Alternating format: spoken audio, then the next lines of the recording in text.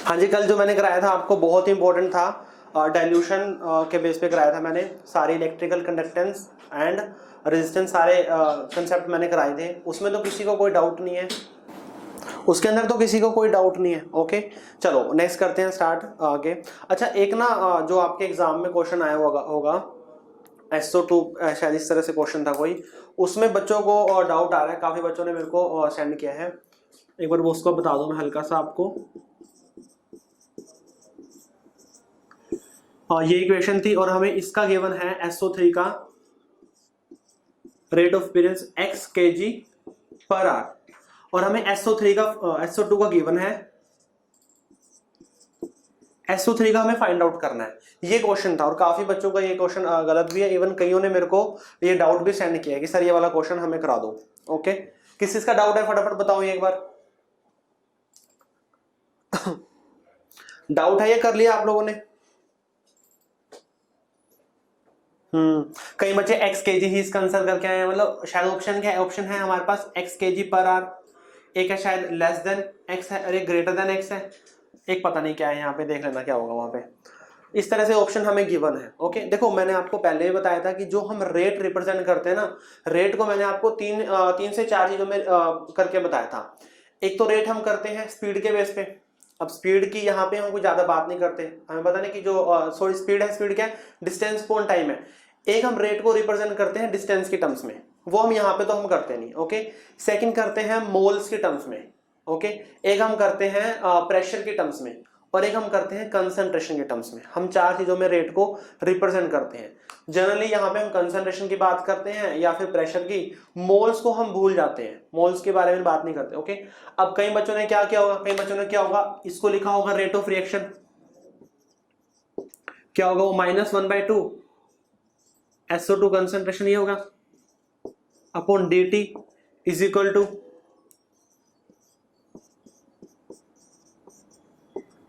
यहां पे भी नेगेटिव, और +1/2 अपॉन dt। यही क्या होगा। अब आपने सोचा होगा कि ये हमें गिवन है और ये हमें निकालना है, ये हमें गिवन और ये हमें क्या करना है, फाइंड आउट करना है। तो दोनों क्या होंगे, दोनों इक्वल होंगे। बट ऐसा नहीं होता। देखो ये जो हमें गिवन है ना, ये हमें x kg पर आर में गिवन है, ये हमें x kg पर आर में गिवन है। और kg के अंदर हम जो हमारा रेट है, रेट को रिप्रेजेंट नहीं करते। हम वेट के अंदर रेट को रिप्रेजेंट नहीं करते। पहले हमें इसको मोल्स में कन्वर्ट करना पड़ेगा, पहले हमें इसके मोल्स बनाने पड़ेंगे। पहले इसको मोल्स में करेंगे, देन हम आपस में रिलेट करेंगे, उसके बाद इसको दोबारा से क्या करेंगे, x kg पर आर के अंदर कन्वर्ट करेंगे। पहले इसके मोल्स बनाने हैं, मोल से रिलेट करोगे, रिलेट करने के बाद दोबारा से क्या करोगे, x kg पर आर के अंदर उसको कन्वर्ट करोगे। इस तरह का एक क्वेश्चन मैंने आपको कराया भी था, जब मैंने क्वेश्चन के इसके बेस में मैंने क्वेश्चन कराए थे, तो उसके अंदर में मैंने ये क्वेश्चन कराया था आपको। हाँ, जैसा मैंने सेम क्वेश्चन कराया था, शायद लास्ट क्वेश्चन था वो, उसी के बेस पे ही सेम करना है आपने। जैसे x kg है, अगर इसको हम ग्राम में करेंगे तो कितना हो जाएगा, 10⁻³ हो जाएगा। ओके, अब SO2 का मोलर मास कितना होगा, 32 और 32 64। ओके, तो ये आ गया हमारे पास, ये आ गया हमारे पास मोल पर आर में आ गया, मोल पर आर में। अब सही है, देखो इसको मैंने ग्राम में बना लिया, और ग्राम को मैंने जब मोलर मास से डिवाइड करूंगा तो ये क्या बन गया, मेरे मोल्स बन गए, और मोल पर आर में कन्वर्ट हो गया। ओके, तो ये आ गया SO2 का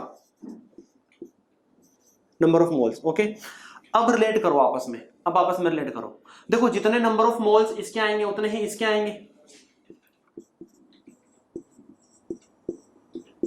upon dt is equal to क्या है, 1/2 NSO3 अपॉन dt। ओके, तो 1/2 से 1/2 कैंसिल। अब जितने SO2 के हैं चेंज इन मोल्स, जितने रेट ऑफ डिसअपीयरेंस इसका होगा, उतने ही किसका होगा, SO3 का अपीयरेंस होगा। मतलब इतने ही किसके आगे, SO3 के आगे, इतने किसके आए, SO3 के आए।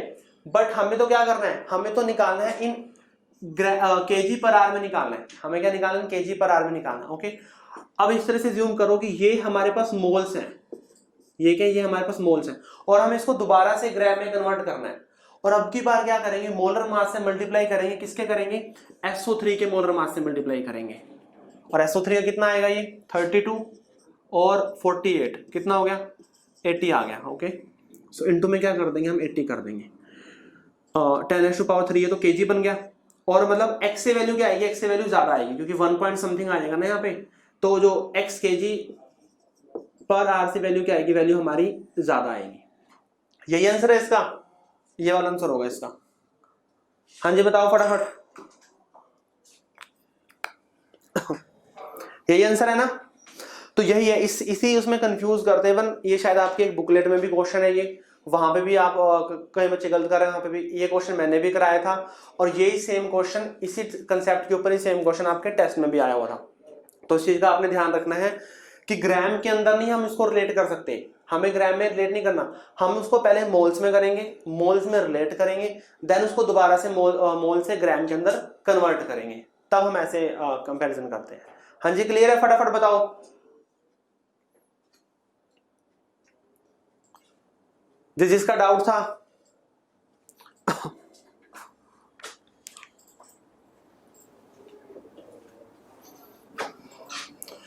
ठीक है जी, रिपीट प्लीज। हाँ किसको देखो मैं वही बता रहा हूँ, ये हमें एक्स केजी पर आर में गिवन है, इसको केजी को ना आप मोल्स में कन्वर्ट करना है आपको, क्योंकि हम इसको ना आपस में मोल्स की टर्म्स में ही क्या कर सकते हैं, रिलेट कर सकते हैं।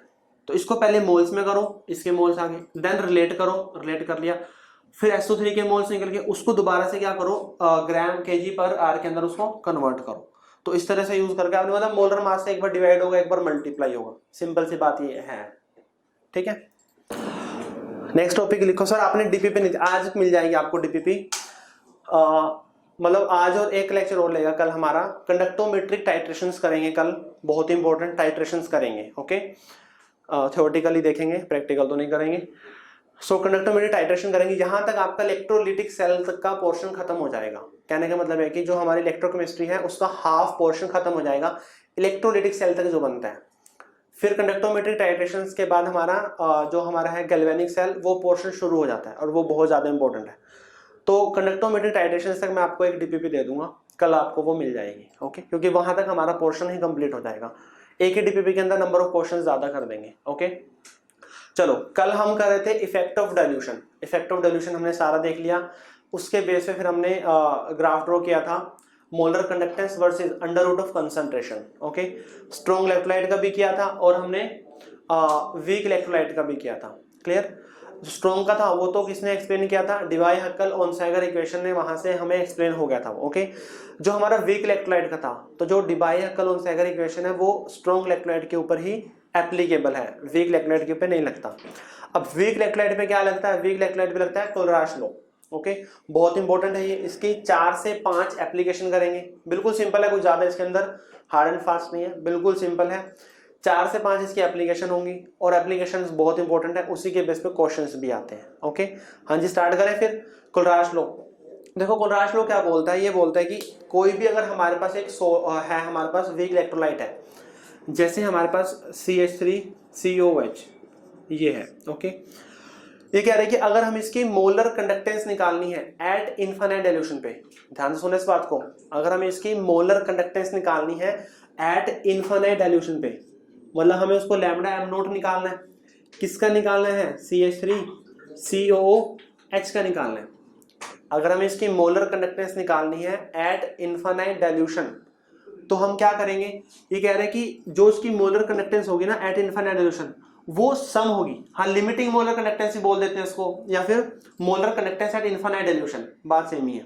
इसको हम लिमिटिंग मोलर कंडक्टेंस ही बोल देते हैं, इनफाइनाइट को ना लिमिटिंग मोलर कंडक्टेंस। ओके, ये कह रहे हैं कि जो लिमिटिंग मोलर कंडक्टेंस होगी ना इनफाइनाइट डाइल्यूशन पे, वो सम होगी, किसका सम होगी, आयनिक कंडक्टेंस का, आयनिक मोलर कंडक्टेंस का सम होगी। आयनिक कौन कौन सी होंगी,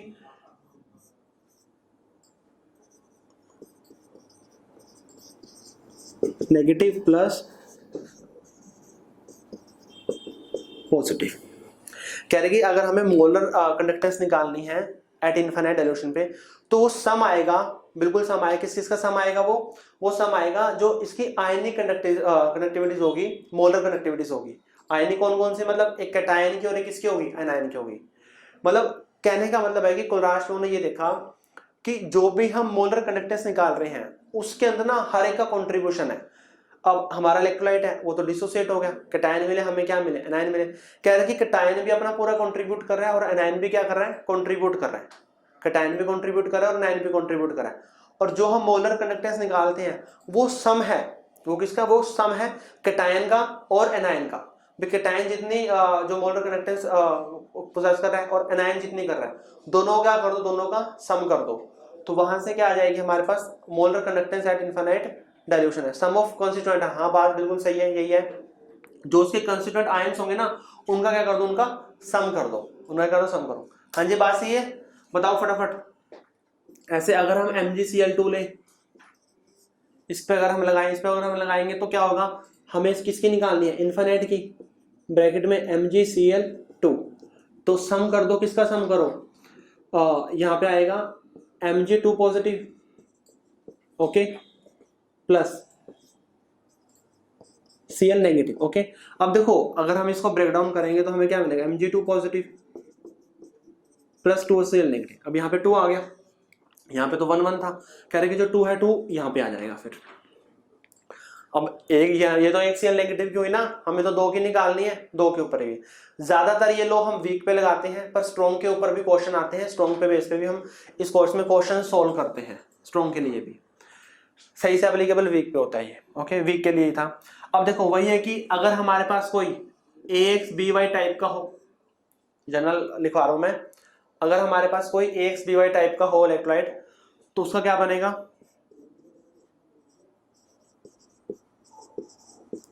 AXBY इज इक्वल टू, देखो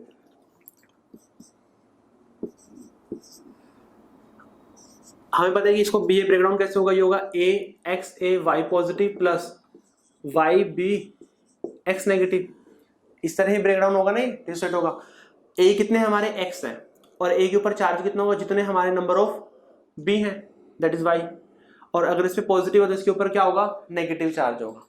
इसको आप कंपेयर भी कर सकते हो नॉर्मल से, Al2SO4 थ्राइस से कंपेयर कर सकते हो इसको, 2Al 3 पॉजिटिव प्लस, देखो 2 आगे आया Al में, और जितना SO4 है उसमें इसके ऊपर क्या आया, पॉजिटिव चार्ज आया, plus 3SO4 2 negative, 3SO4 2 negative, okay. तो इससे आप उसको कंपेयर कर सकते हो। हाँ जी, A कितने हैं, A हमारे X हैं और A पे चार्ज कितना है, Y पॉजिटिव, प्लस B कितने हैं, वो Y है और इसके ऊपर चार्ज कितना है, X नेगेटिव चार्ज है। तो इस तरह से हम उसको, कोई भी जनरल हमारा इलेक्ट्रोलाइट है उस टर्म्स में इसको आप रिप्रेजेंट करते हो। हाँ जी ये क्लियर है, फटाफट बताओ। हाँ जी फटाफट बताओ, सही है।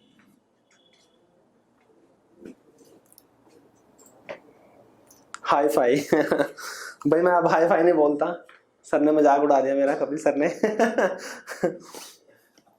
चलो हाँ लिखो, इसके अंदर लिखना चाहते हो लिख सकते हो। According to Kohlrausch law,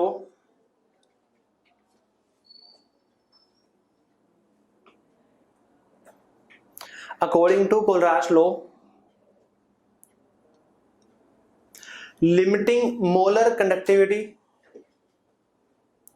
of electrolyte, according to Kohlraasch law, limiting molar conductivity, चाहे उसको आप limiting molar conductivity बोलो, चाहे बोलो आप molar conductivity at infinite dilution, okay, so limiting molar conductivity of electrolyte is equal to sum of their ionic conductivities। हाँ अब वही बात है कि इसमें कंडक्टेंस बोले कनेक्टिविटी दोनों ही ठीक है, मोलर टर्म आ गई ना, तो अब चाहे आप कंडक्टेंस बोलो चाहे आप कनेक्टिविटी बोल दो, उससे कोई फर्क नहीं पड़ेगा। यहाँ पे मोलर कंडक्टेंस बोल दो या मोलर कनेक्टिविटी बोल दो, बात हम इसी की कर रहे हैं, उसमें कोई फर्क नहीं पड़ेगा। Limiting molar conductivity of an electrolyte is equal to sum of their ionic conductivities। जब हम आयनिक कनेक्टिविटीज बोल रहे हैं तो मतलब वो आयंस की ही है कनेक्टिविटी। हाँ जी चलो अब देखो, आप बात करते हैं इक्विवेलेंट की। ये तो हमने निकाली है मोलर कंडक्टेंस, ये तो हमने किस मोलर कंडक्टेंस और एक ही बात, हाँ मैं वही बोल रहा हूँ, मोलर कंडक्टेंस लिखियो, मोलर कनेक्टिविटी लिखियो, बात मतलब हम इसी की कर रहे हैं, ओके। बस ये ध्यान रखना है कि हम एट कंसंट्रेशन C पे निकाल रहे हैं या फिर हम इनफाइनाइट पे निकाल रहे हैं, इनफाइनाइट डाइल्यूशन पे निकाल रहे हैं, वो मैटर करता है। अगर नोट आया है या फिर इनफाइनाइट लिखा हुआ है यहाँ पे, तो मतलब हम इनफाइनाइट डाइल्यूशन पे बात कर रहे हैं, ओके। चलो अगर ऐसे ही हम इक्विवेलेंट निकालें, जैसे अगर हमारा ए एक्स बी वाई यही है हमारा, अगर हमें इक्विवेलेंट निकालनी है इसी की ए एक्स बी वाई की, देखो जब हम इक्विवेलेंट निकालेंगे ना, इक्विवेलेंट के लिए क्या होगा, आपको एक्स और वाई को मल्टीप्लाई नहीं करना, एक्स और वाई को मल्टीप्लाई नहीं करना। ये उसी तरह है जैसे हम ग्राम इक्विवेलेंट से क्वेश्चन को सोल्व करते हैं, तो जब हम ग्राम इक्विवेलेंट से क्वेश्चन को सोल्व करते हैं, क्या वहां पे जो स्टोइकोमेट्रिक कोएफिशिएंट आते हैं उनका कोई रोल होता है? उनको तो हम लिखते ही नहीं। हाँ, इक्विवेलेंट का कंसेप्ट आ जाएगा। जब हम इक्विवेलेंट से करते हैं तो हम स्टोइकोमेट्रिक कोएफिशिएंट की बात नहीं करते, क्योंकि वो तो ऑलरेडी उसके अंदर इंक्लूड हो चुका है as a n factor. Okay, तो जब हम इक्विवेलेंट कंडक्टेंस निकालेंगे, लिमिटिंग इक्विवेलेंट निकालेंगे, तो उस केस में क्या होगा, जस्ट आपने सम करना है इक्विवेलेंट ऑफ ए, ये क्या होगा हमारा Y positive plus equivalent of B X negative. तब आपने जस्ट क्या कर देना, जस्ट आपने सम कर देना है, आपने उसके स्टोइकोमेट्रिक कोएफिशिएंट्स को नहीं देखना है, क्योंकि वो तो ऑलरेडी इसके अंदर इंक्लूड हो चुका है एज ए एन फैक्टर। बस बेसिक इसके अंदर यही है। अब इसकी ना एप्लीकेशन है जो वो बहुत इंपॉर्टेंट है, 4 से 5 एप्लीकेशन करेंगे। सबसे फर्स्ट एप्लीकेशन लिखो, एप्लीकेशन हेडिंग डाल लो, फर्स्ट एप्लीकेशन लिखो,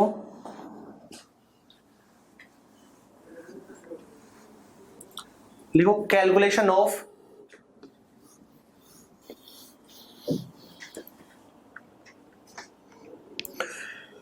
of limiting molar conductivity of weak electrolyte.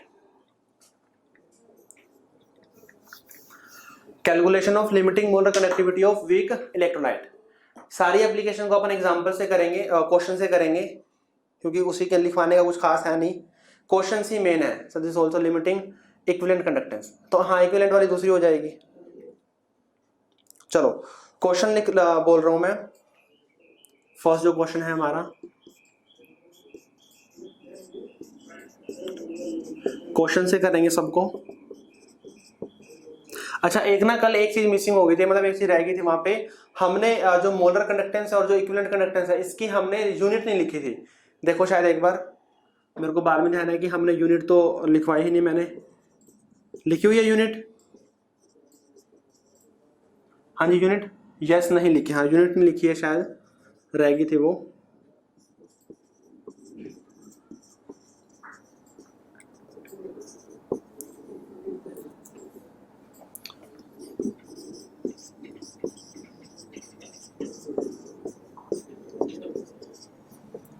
हाँ जी यूनिट रह गई थी ना, यूनिट नहीं लिखी थी, यूनिट रह गई थी।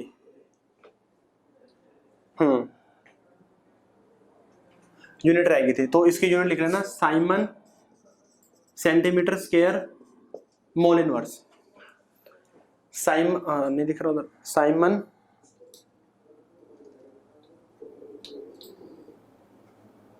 दिख रहा है, Simon centimetre square mole inverse, इसकी यूनिट आएगी। Simon centimetre square mole inverse, इसकी यूनिट आएगी। जैसे देख भी सकते हो, कापा इनटू में वीएम हो गया ना, कापा की यूनिट क्या थी, कापा की यूनिट थी ohm inverse centimetre inverse. Okay, और वीएम क्या है, वीएम है वॉल्यूम अपॉन में मोल्स, वॉल्यूम को सेंटीमीटर क्यूब में, एमएल में है ना, तो सेंटीमीटर क्यूब हो गया, और मोल नीचे से जब ऊपर जाएगा तो मोल इनवर्स हो जाएगा। तो ohm inverse centimetre square mole inverse, और ओम इनवर्स को हम लिखते हैं Simon centimetre square mole inverse, Simon centimetre square mole inverse लिखते हैं। हाँ जी क्लियर है, फटाफट बताओ।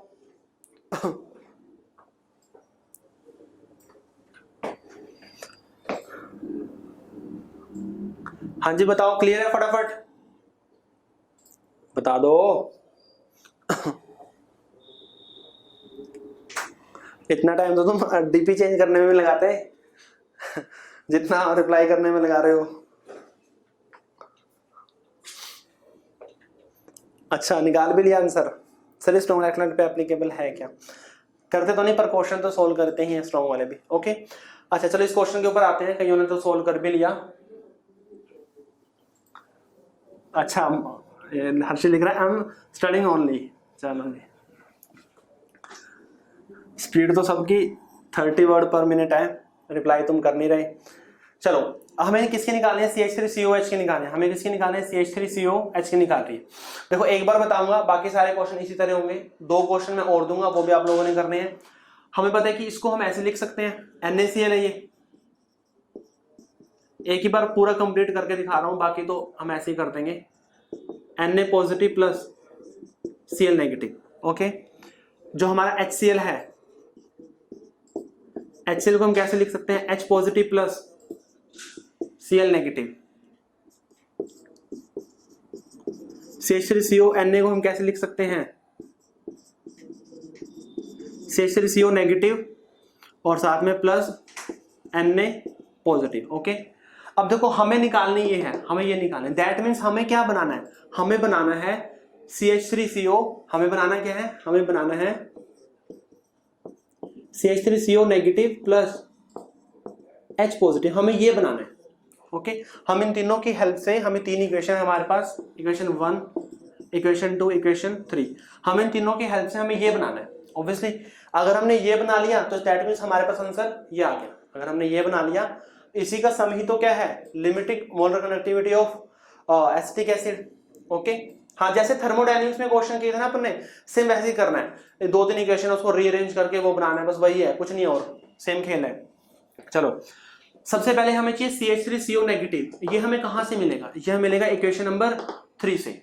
हमें कहां से मिलेगा, इक्वेशन 3 से। तो इक्वेशन 3 चलो से मिल गया, इससे ना एक हमें Na पॉजिटिव एक्स्ट्रा मिल गया, इससे हमें एक Na पॉजिटिव एक्स्ट्रा मिल गया। चलो दूसरा देखते हैं, हमें और क्या चाहिए, हमें चाहिए H पॉजिटिव। H पॉजिटिव कहां से मिलेगा, वो मिलेगा हमें इक्वेशन 2 से। तो 3 + 2 तो हमें करना पड़ेगा। अब जैसे 3 + 2 करेंगे, यहां से यह आ गया CH3CO नेगेटिव और यहां से H पॉजिटिव आ गया, एक Na पॉजिटिव एक्स्ट्रा आ गया और एक Cl नेगेटिव एक्स्ट्रा आ गया। तो इन दोनों को रिमूव करने के लिए, इन दोनों को करने के लिए तो हम सब्ट्रैक्ट कर देंगे Na पॉजिटिव और Cl नेगेटिव, -1 कर देंगे। फटाफट बताओ ये समझ आया या नहीं आया, जिन बच्चों ने अभी तक नहीं किया उनको ये समझ आया या नहीं आया। सेम वही कर रहे हैं, CH3CO नेगेटिव चाहिए, कहां से आएगा, इक्वेशन 3 से आएगा। H पॉजिटिव चाहिए, कहां से आएगा, 2 से आएगा।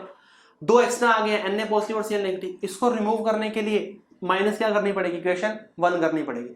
अल्टीमेटली ये बचेगा लास्ट में, ये बचेगा ना, बस। सो ऐसे लिख सकते हो COH। ओके, अब इक्वेशन 3 की वैल्यू क्या थी, इक्वेशन 3 कौन सी है, CH3CO Na, इसकी वैल्यू हमारे पास 91 है, 91। इक्वेशन 2 की वैल्यू क्या है HCl की, वो है 425.9 माइनस 1 की वैल्यू क्या है, वो है हमारे पास 126.4। सोल्व करो और सोल्व करके बताओ मेरे को यहाँ पे आंसर कितना आ रहा है, सोल्व करके बताओ मेरे को आंसर कितना आ रहा है। बिल्कुल सही है, खुशी का आंसर सही है। मनकिरत का भी ठीक है, आशिमा, ध्रुव, चलो सबका सही है। कितना, ध्रुव का गलत है भाई, 390.5 यूनिट होगी Simon centimetre square mole inverse. Okay, equivalent के लिए करोगे तो यहाँ पे इक्विवेलेंट की पावर -1 आ जाएगी। ओके, तो ये हो गया हमारे पास CH3COH की। हाँ जी, फटाफट बताओ समझ आया या नहीं आया। एक क्वेश्चन और दे रहा हूं मैं ऐसे आपको।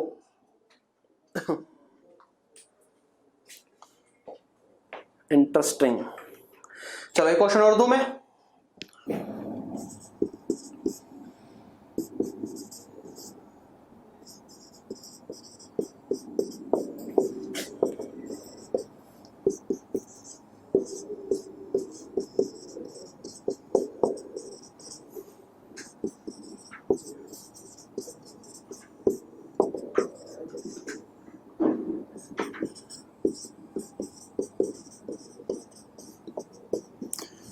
मेरे को लगता है कि आपको लिखने की भी जरूरत है इन क्वेश्चंस में, सिंपली बस थोड़ा सा ऑब्जर्व करना है, उसी के अकॉर्डिंग क्या आ जाएगा, अपना आंसर आ जाएगा।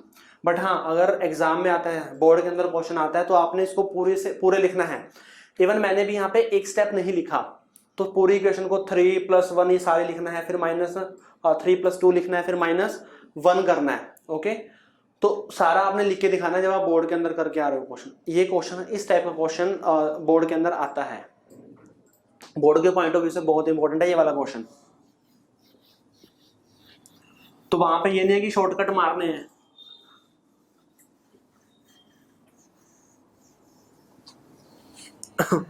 सर ये सेम क्या, सेम क्या लिख देगा मैंने, अच्छा है तो गलत है भाई, फिर OH करो। चलो अब करो, फाइंड किया हुआ है। NH4OH का निकालना है। हमने क्या निकालना है, हमें NH4OH निकालना है, हमें क्या निकालना है, NH4OH निकालना है। ओके, ये हो गई इक्वेशन हमारी 1, इक्वेशन 2, इक्वेशन 3। पहले देखो NH4 कहां से मिलेगा, NH4 मिलेगा यहां से, इक्वेशन 2 से। चलो इक्वेशन 2 लिखी हमने, इक्वेशन 2, इक्वेशन 2 में एक NH4 आ गया और एक Cl आ गया। हमें OH चाहिए। OH कहां से मिलेगा, कैल्शियम से मिलेगा, ये कैल्शियम हाइड्रोक्साइड से। बट ध्यान रखो यहाँ पे 2 OH हैं, यहाँ पे कितने हैं, 2 OH हैं। ओके, और यहाँ पे हमें एक चाहिए, चलो वो भी कोई बात नहीं, यहाँ पे हम बाद में देखेंगे। यहाँ से हमें एक NH4 मिला है, यहाँ से हमें एक NH4 मिला है।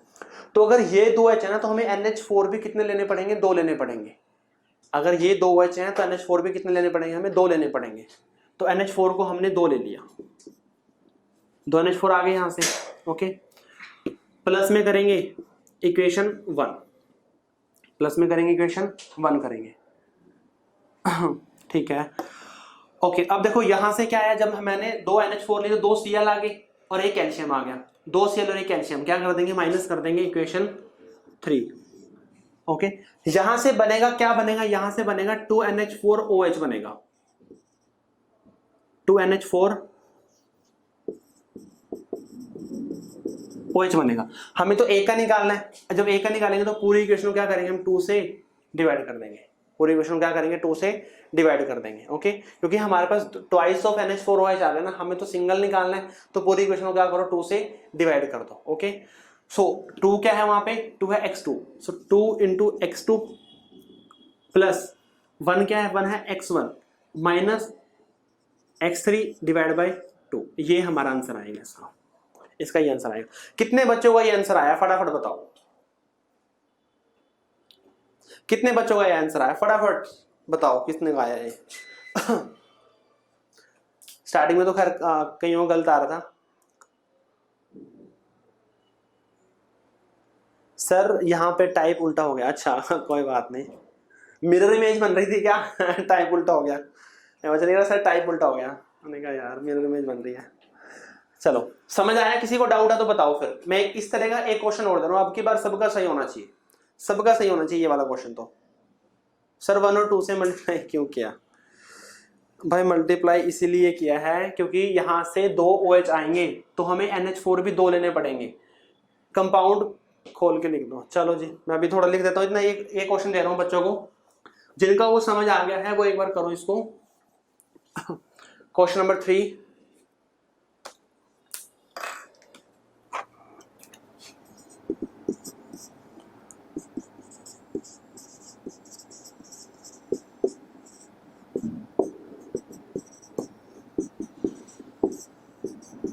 अब की बार गलत नहीं होना चाहिए।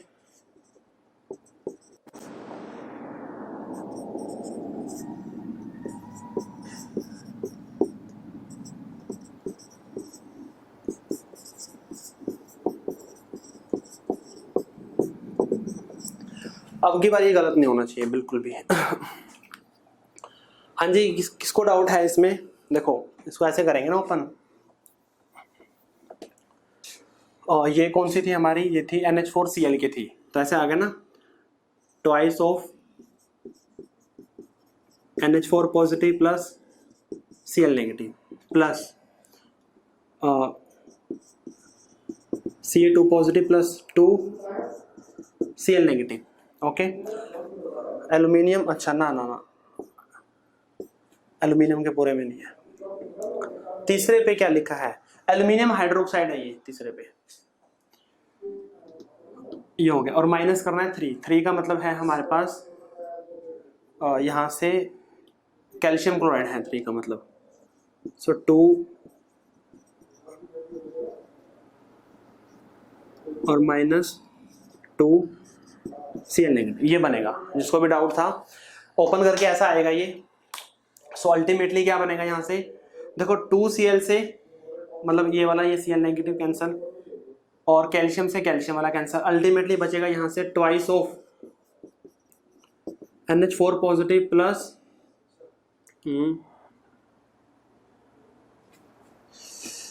यहाँ पे OH आएगा। अच्छा कर लिया क्या सबने, चलो एक मिनट में अभी देखता हूँ आंसर, और यहाँ से OH नहीं, ये आ गया। ओके तो ट्वाइस आ रहा था ना ये, इसलिए पूरी क्वेश्चन को 2 से डिवाइड किया है। ओके चलो फटाफट बताओ आंसर क्या आ रहा है। मैं आंसर वैसे लिख रहा हूँ, फिर आपने बताना है कि किस किस का सही है। अब की बार किसी की मिरर इमेज नहीं बननी चाहिए टाइप करते हुए।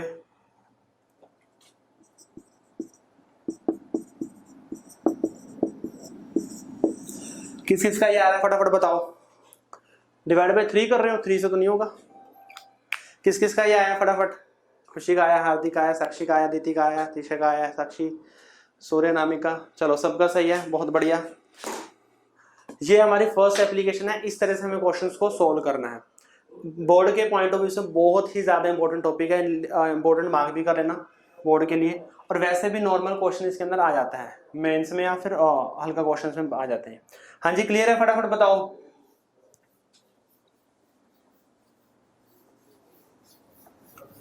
पूरी इक्वेशंस को पूरा मतलब इक्वेशंस को पूरा लिखने की कोई जरूरत नहीं है, जस्ट आपको नॉर्मल आंसर निकालना है। बट अगर बोर्ड में आया है तो बोर्ड में आपको बिल्कुल सही से एक एक स्टेप करके दिखाना है। बोर्ड में तो आपको पूरा एक एक स्टेप करके दिखाना पड़ेगा। ओके हाँ जी ये थी हमारी फर्स्ट एप्लीकेशन। सेकंड एप्लीकेशन लिखो वो है हमारी calculation of dissociation constant. Calculation of dissociation constant, हमें अल्फा फाइंड आउट करना है। थोड़ा सा गलत है, कोई बात नहीं। कैलकुलेशन ऑफ डिसोसिएशन कांस्टेंट,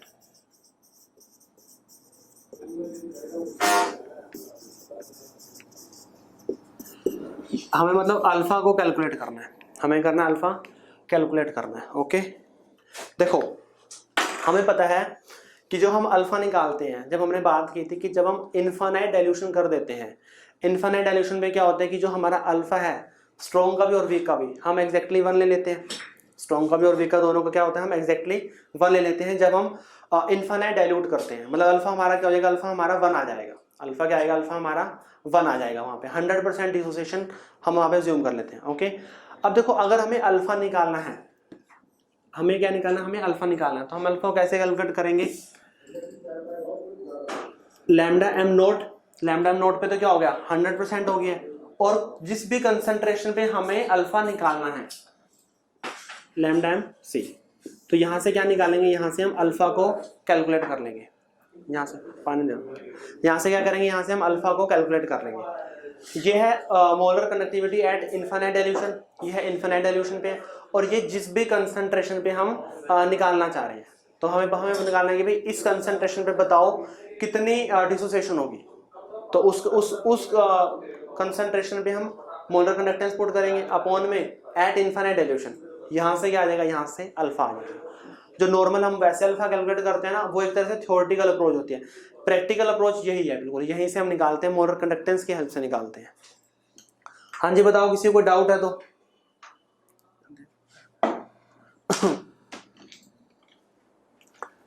हाँ जी सही है, एक्सप्लेन बता तो रहा हूं ना।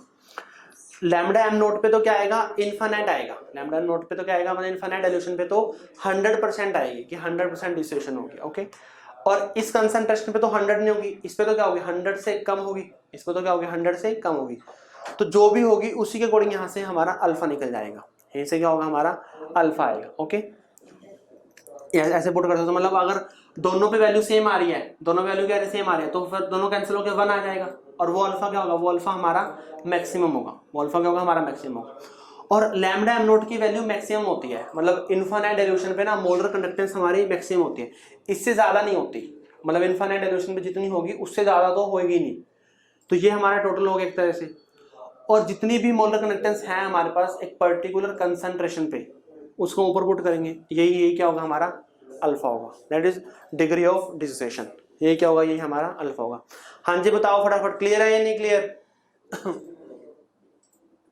ठीक है तो ये हमारी सेकंड एप्लीकेशन हो गया। थर्ड इससे ही रिलेटेड है। हाँ जी छवि क्या हुआ, x2 + x1 ये क्या लिख रहे हो अब। वो तो क्वेश्चन कब का हो गया। चलो वो अब इसके ऊपर ना, इसके ऊपर जो क्वेश्चन मैं कराऊंगा आपको, इसकी नेक्स्ट एप्लीकेशन करा के फिर दोनों के बेस पे मैं आपको क्वेश्चन दूंगा। ओके नेक्स्ट लिखो थर्ड एप्लीकेशन अपनी,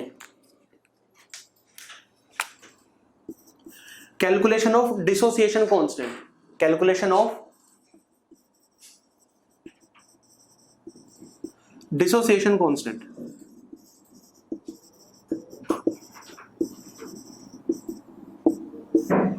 डिसोसिएशन कांस्टेंट निकालना है हमने सर। ये तो हाँ सेकंड थे ना, सेकंड और थर्ड दोनों के कराएंगे। ओके चलो, नहीं यहाँ पे डिसोसिएशन की बात करते हैं, एसोसिएशन की नहीं करेंगे ना, क्योंकि इलेक्ट्रोलाइट की हम बात कर रहे हैं, तो डिसोसिएशन की टर्म्स में डिसोसिएशन के लिए ही निकालते हैं। ओके अब वो ये कि हमारे पास कोई भी एक वीक इलेक्ट्रोलाइट है, ये एसिड ले लो, H positive plus X negative, वो एक स्टार्टिंग में इसकी कंसंट्रेशन C है, ये जीरो ये जीरो, C में से C अल्फा क्या हुए, डिसोसिएट हुए, C अल्फा डिसोसिएट तो बचे कितने गए, C माइनस C अल्फा, ये C अल्फा बना और ये भी कितना बना, C अल्फा बना। ओके जब C अल्फा बनेगा तो यहाँ पे डिसो निकालोगे, डिसोसिएशन कांस्टेंट निकालोगे K, तो वो कितना आएगा, C square alpha square upon C minus C alpha, ultimately जो क्या आ जाएगा वो कितना आएगा, C alpha square 1 minus alpha. ये तो हमने पहले भी कैलकुलेट किया हुआ है, किया हुआ ना कैलकुलेट ये हाँ इक्विलिब्रियम कांस्टेंट, हाँ ये हमने पहले भी निकाला हुआ है, इक्विलिब्रियम कांस्टेंट निकाल लो चलो अब देखो यहाँ पे वही है कि यहाँ पे हमारे दो केस बनते हैं, केस 1 एंड केस 2, केस 1 बनेगा और केस 2 बनेगा। अब केस 1 में क्या किया था हमने, केस 1 में ये किया था कि अगर अल्फा हमारा बहुत कम है, अगर अल्फा के अल्फा हमारा बहुत कम है, जब अल्फा हमारा बहुत कम है तो 1 माइनस अल्फा को हम 1 ही लिख देंगे, जब अल्फा हमारा बहुत कम है तो 1 माइनस अल्फा को हम 1 ही लिख देंगे, तो वहां से जो हमारा के इक्विलिब्रियम आएगा वो कितना आएगा, C अल्फा स्क्वायर आ जाएगा, ये आएगा। ओके और अल्टीमेटली हमें अल्फा की वैल्यू को पुट करो, अल्फा की वैल्यू पुट करो तो अल्फा कितना है हमारा, C का स्क्वायर, तो यहां से हम डिसोसिएशन कांस्टेंट की वैल्यू को जो इक्विलिब्रियम कांस्टेंट है उसको हम इजीली कैलकुलेट कर सकते हैं हाँ जी सही है, फटाफट बताओ, वही है सेम फॉर्मूला, कुछ नहीं किया, वहां पे जस्ट हमने अल्फा की वैल्यू को पुट कर दिया है। ठीक है अब वही है कि ये तो हमारा केस 1 है, अगर हम केस 2 की बात करेंगे, जब केस 2 आएगा तो केस 2 के अंदर क्या आएगा, C alpha square 1 minus alpha. अब केस 2 यही है कि अल्फा हमारा कम नहीं है, इतना भी कम नहीं है कि अगर हम उसको नेग्लेक्ट कर पाए, तो हम उसको नेग्लेक्ट नहीं करेंगे, जब नेग्लेक्ट नहीं करेंगे तो अल्फा की डायरेक्ट वैल्यू को ही हमें यहाँ पे पुट करना पड़ेगा, यहाँ पे भी और यहाँ पे भी, यहाँ पुट करेंगे तो क्या आएगा, C lambda M C by lambda M naught का square upon 1 minus lambda M C upon lambda M naught, आ गया ये। और एक बार नीचे एलसीएम ले लो, लैम्डा एम C का स्क्वायर अपॉन नीचे जब एक बार नीचे एलसीएम लोगे ना, जैसे लैम्डा एम नोट का स्क्वायर आ गया तो यहाँ से ये तो ऊपर से ही आया है। ओके और जब यहाँ पे एलसीएम लोगे तो यहाँ पे आएगा lambda M naught minus lambda M C और अपॉन में क्या आ जाएगा, लैम्डा एम नोट, इससे ये क्या हो जाएगा, कैंसिल आउट हो जाएगा। ओके अल्टीमेटली क्या बचेगा, ये हमारे पास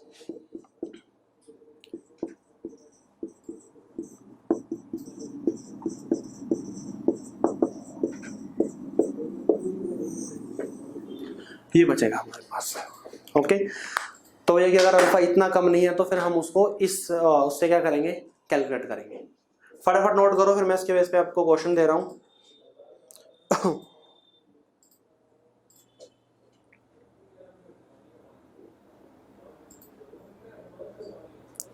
सर फोर्थ एप्लीकेशन की हेडिंग कैलकुलेशन, चलो मैं क्वेश्चन लिख रहा हूं, ध्यान से करना ये वाला क्वेश्चन, द कंडक्टिविटी ऑफ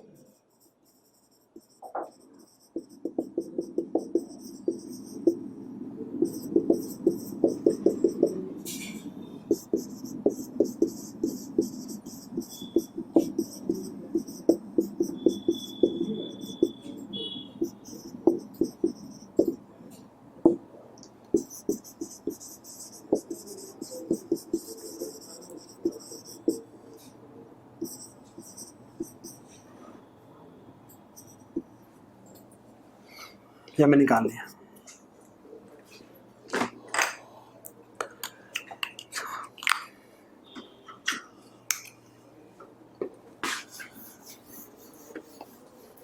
पहले तो ये देखो कि हमें क्या क्या गिवन है और क्या हमें निकालना है। और किस तरह हमें निकालना है। क्या कह रहे थे वो सेकंड हेडिंग में,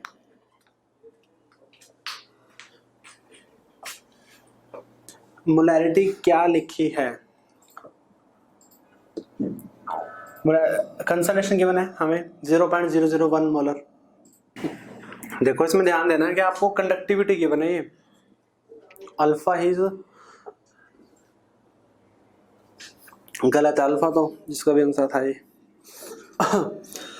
देखो पहले तो ध्यान रखना है कि ये हमें गिवन क्या है, ये हमें कंडक्टिविटी गिवन है, दैट मीन्स ये हमें कापा गिवन है। कितना गिवन है ये 5 × 10⁻⁻⁵ यूनिट से भी आप देख सकते हो। तो ये मोलर कंडक्टेंस नहीं है, ये कापा हमें गिवन है। साथ में हमें मोलैरिटी गिवन है 0.001। ओके, हमने फॉर्मूला किया था मोलर कंडक्टेंस का, क्या फॉर्मूला था वो, कापा × में 1000 अपॉन मोलैरिटी, ये हमने किया था। ओके रुको फिर तो क्वेश्चन कंप्लीट नहीं हुआ ये।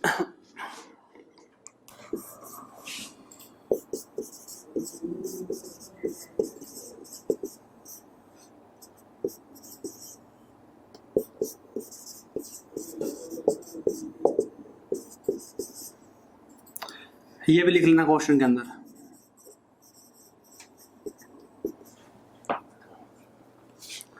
अब आ जाएगा ये, सर पीछे क्वेश्चन से रिजल्ट ले लेते हैं, बस आ गया अब तो ये पूरा नहीं था क्वेश्चन ये, ठीक है। देखो यहाँ पे आएगी आपकी molar conductance at concentration C पे, हाँ अब ठीक है 0.1 आएगा अल्फा आपका, और यहाँ से आप दोनों को सम करके निकाल दोगे, आप लैम्डा एम नोट निकाल दोगे। ओके कितना आएगा ये आएगा हमारे पास 500 हो गया ये। ओके यहाँ से लैम्डा एम सी आ गया, यहाँ से लैम्डा एम नोट आ गया, तो अल्फा निकाल दोगे। ओके और ऐसे जो हमारा डिसोसिएशन के भी निकालना है हमें, के भी निकाल दोगे, डिसोसिएशन कांस्टेंट ऑफ एसिड।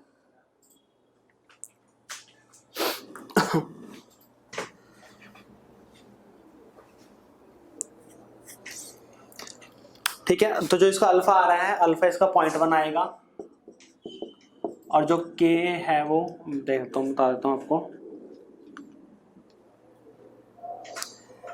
वो आएगा 10⁻⁻⁵। ये आंसर आएगा, देख लेना बाद में। हाँ 1.1 मतलब अप्रोक्स 1 नहीं ले लो उसको, 10⁻⁻⁵ आ जाएगा। हाँ जी फटाफट बताओ, क्लियर है। चलो नेक्स्ट लिखो, फोर्थ एप्लीकेशन, कैलकुलेशन ऑफ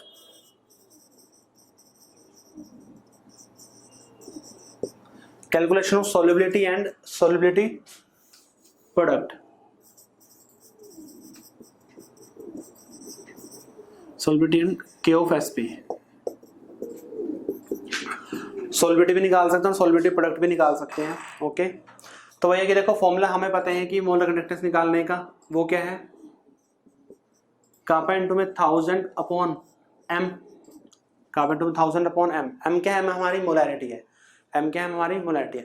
अब वो हमारी मोलैरिटी एक तरह से वही क्या होगी, वही हमारी सॉल्युबिलिटी भी हो गया, वही क्या हो गया, वही हमारी सॉल्युबिलिटी भी हो गया, क्योंकि हमने पहले देखा था कि सॉल्युबिलिटी को हम, सॉल्युबिलिटी क्या है, वो हमारी कंसंट्रेशन ही है, और जो हम कंसंट्रेशन बर्तन में से किसी भी टर्म्स में हम उसको रिप्रेजेंट कर सकते हैं। ओके यहाँ पे हम रिप्रेजेंट करेंगे सॉल्युबिलिटी को मोलैरिटी के टर्म्स में। तो मोलैरिटी का फॉर्मूला क्या आएगा हमारे पास, कापा इनटू में 1000 अपॉन लैम्डा m, ये आ गया। ओके अब देखो ये जरूरी नहीं है कि आपने ध्यान रखना कि यहाँ पे आपकी एट कंसंट्रेशन सी भी हो सकती है और आपकी एट इन्फिनिट डाइल्यूशन भी हो सकती है। ये अगर आपसे पूछ रहे कि बताओ इन्फिनिट डाइल्यूशन पे कंसंट्रेशन कितनी होगी, इन्फिनिट डाइल्यूशन पे उसकी सॉल्युबिलिटी कितनी होगी, तो यहाँ पे आप लैम्डा नोट पुट करोगे, तो दोनों में से कोई भी हो सकती है, एट कंसंट्रेशन सी भी हो सकती है और एट इन्फिनिट डाइल्यूशन भी हो सकती है। ओके तो ये मोलैरिटी निकल के मतलब यही कि यही हमारी सॉल्युबिलिटी है ये। ओके तो वही आगे हमारी सॉल्युबिलिटी। एक बार सॉल्युबिलिटी निकल गया तो सॉल्युबिलिटी प्रोडक्ट भी बाद में निकाल सकते हो, वो तो डिपेंड करेगा कि जो हमारा कंपाउंड, जो हमें इलेक्ट्रोलाइट गिवन है वो कैसा इलेक्ट्रोलाइट है। अब जैसे CH3COH की निकाल रहे हो सॉल्युबिलिटी प्रोडक्ट, तो SK क्या आ जाएगा, आंसर आ जाएगा। वो तो आयनिक में किया होगा ना आपने,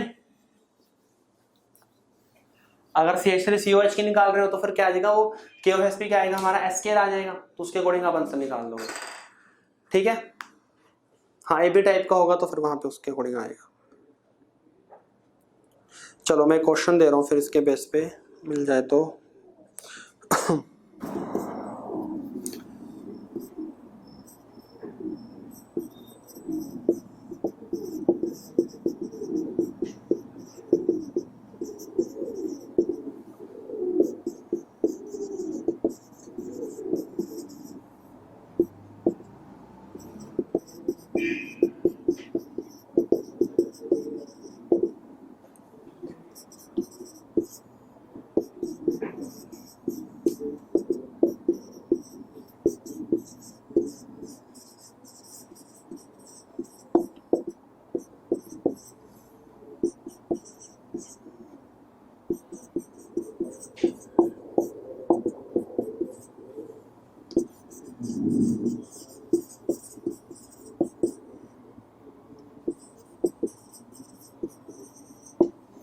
चलो ये क्वेश्चन है पूरा कंप्लीट।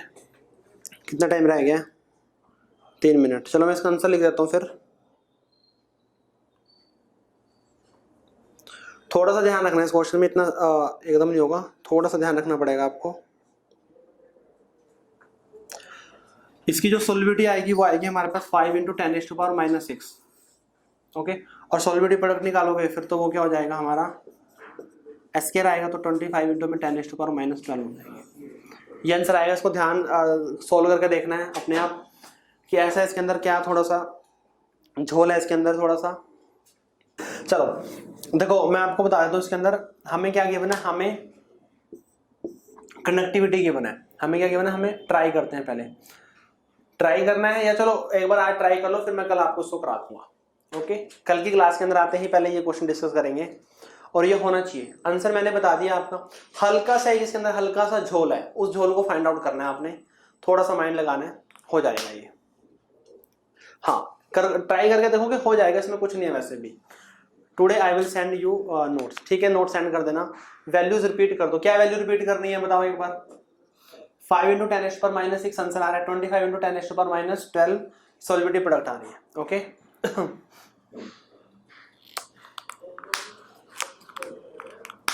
क्लियर है?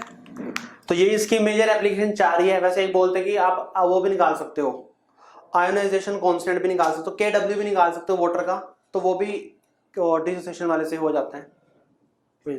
तो मेजर यही एप्लीकेशन है इसकी 4, और ये वाला क्वेश्चन आप लोगों ने करना है, कल अपन आगे करेंगे। ओके।